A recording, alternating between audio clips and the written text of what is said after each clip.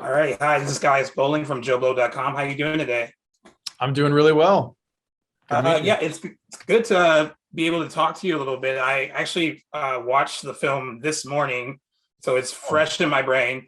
um, that's a nice uh, morning movie. Yeah. yeah, nice morning movie, right? So I want to ask you because the original Texas Chainsaw is so iconic, and Mhm. the franchise across so many films has seen like its ups and its downs. I want to know if it was like daunting for you at all to kind of take this on because it is an iconic franchise and a lot of horror fans do love it. So I was wondering if you had any reservations at all about doing it.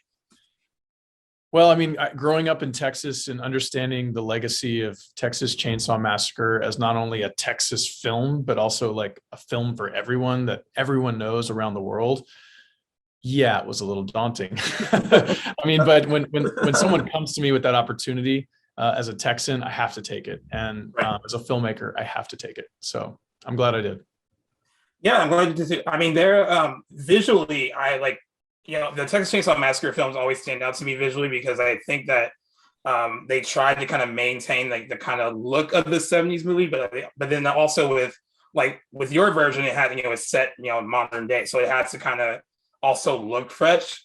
I was wondering when it came to the look of the film, like what kind of inspired you as far as that was concerned? Were you looking at the original film a lot, or were you kind of like, I want to kind of make it fresh and make it my own thing?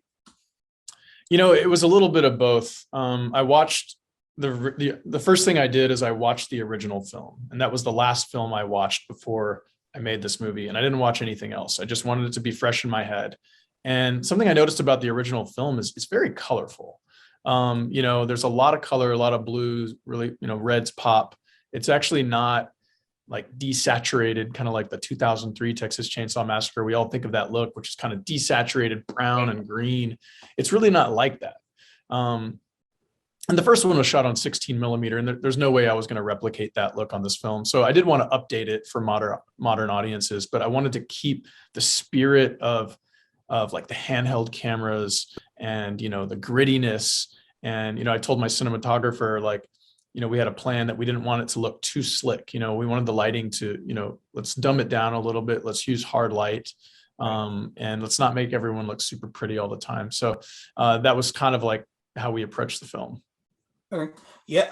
What I love, I mean, there are a lot of moments of like insane moments of like gore and violence, and every time I think that I've like seen it all in a horror movie, there's always something that ends up surprising me. Mhm.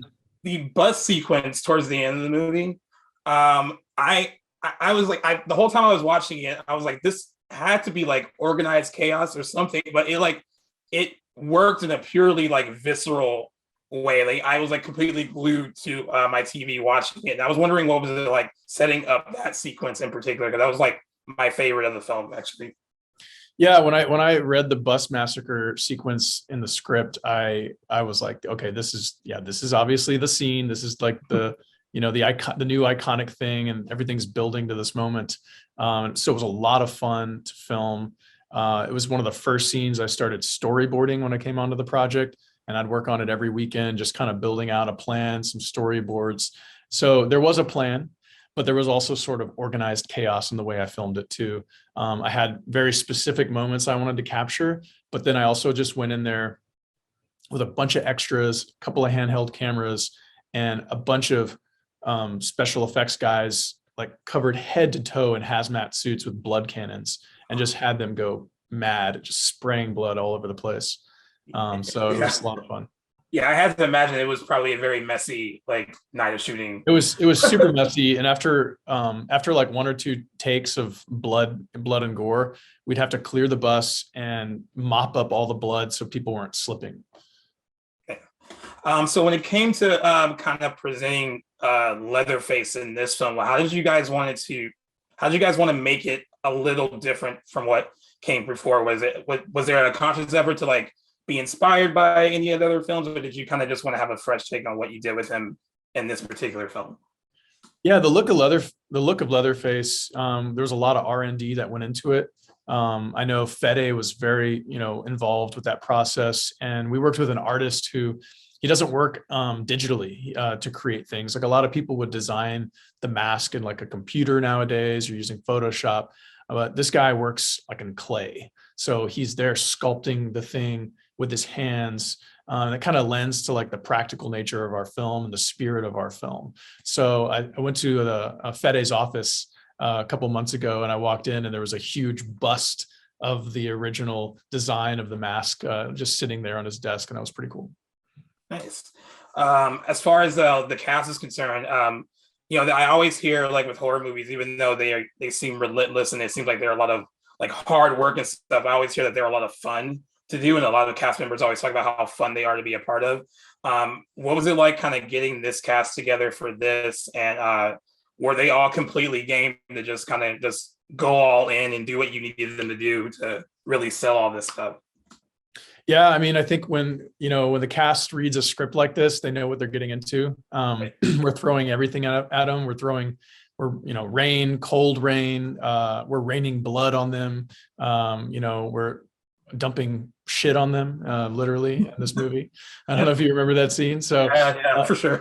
Yeah, it's we're throwing, and they were game for anything. So and something I like to do, at least now, because this is only my second movie, but my background is cinematography. So I like to operate the camera, and I like to be right next to the actor. So I was getting in there on the bus, getting soaked in blood. I was, hiding in the crawl space with Sarah Yarkin when we were filming that sequence, so, getting in there and being close with the actor was really important for me. Thanks. And how important was it to kind of have a connection to the original film, especially through bringing, Sally back into the mix? I know like for a lot of fans, having that connection is a good thing because it feels like, this is like a direct follow-up to that film. Like, how important was it for you to maintain that connection and bring it into this film? Yeah, I think it was important for us to honor the original film and to sort of like update the story for a new generation, but also to make this film exist on its own. Like, so you don't need to have seen the original film for this movie to work for you. Right. And Sally Hardesty, we wanted, to honor the legacy of both the actor and the character.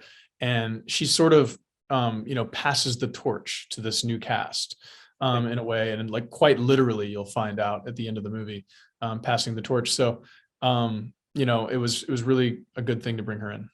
Nice. And so, I mean, if it's up to you, I'm sure you would maybe like to do another one of these. Where would you like to kind of see a follow-up go? I mean, if it was up to you, like, what do you want to kind of do next with it? If you're kind of at the reins of this? Yeah, I mean, I've definitely daydreamed and, cooked up some ideas and chatted with some people, and there's definitely some really fun directions that this film could go. But we'll just have to wait and see. Yeah, for sure. I mean, I as a horror fan, I was pretty excited to watch it, and like I said earlier, the Texas Chainsaw franchise has seen like ups and downs, but what I really liked about your approach was just like, it was just purely visceral and just purely like just really a great looking movie to look at. It's a very like beautiful looking film, Right. but also completely relentless, and I think horror fans are actually going to really enjoy it. So congrats to you on that. Oh, thank you I'm glad you liked it, man. No problem. They're wrapping me up here, but I want to say again, congrats on the movie, and I really enjoy it, and I can't wait for everyone to get to see it next week.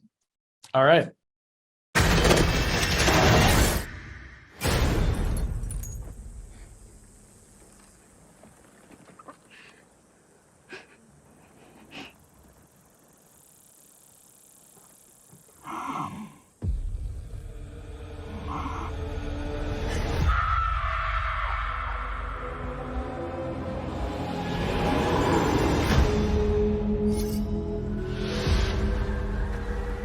So Harlow is a ghost town.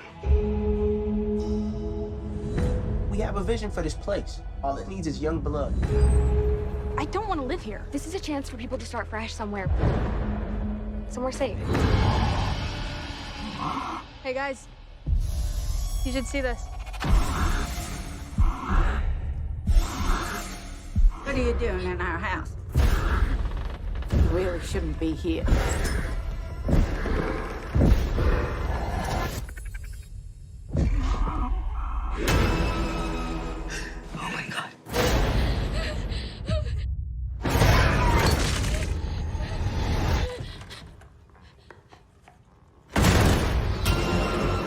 Mrs. Hardesty.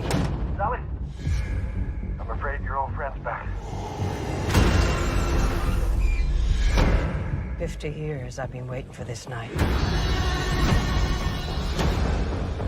Just to see him again. Who?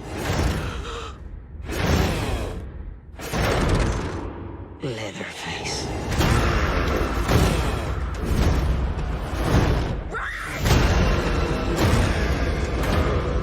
Looks like it's you that he wants. I'm not gonna let him kill you. You're no evil. You're no evil.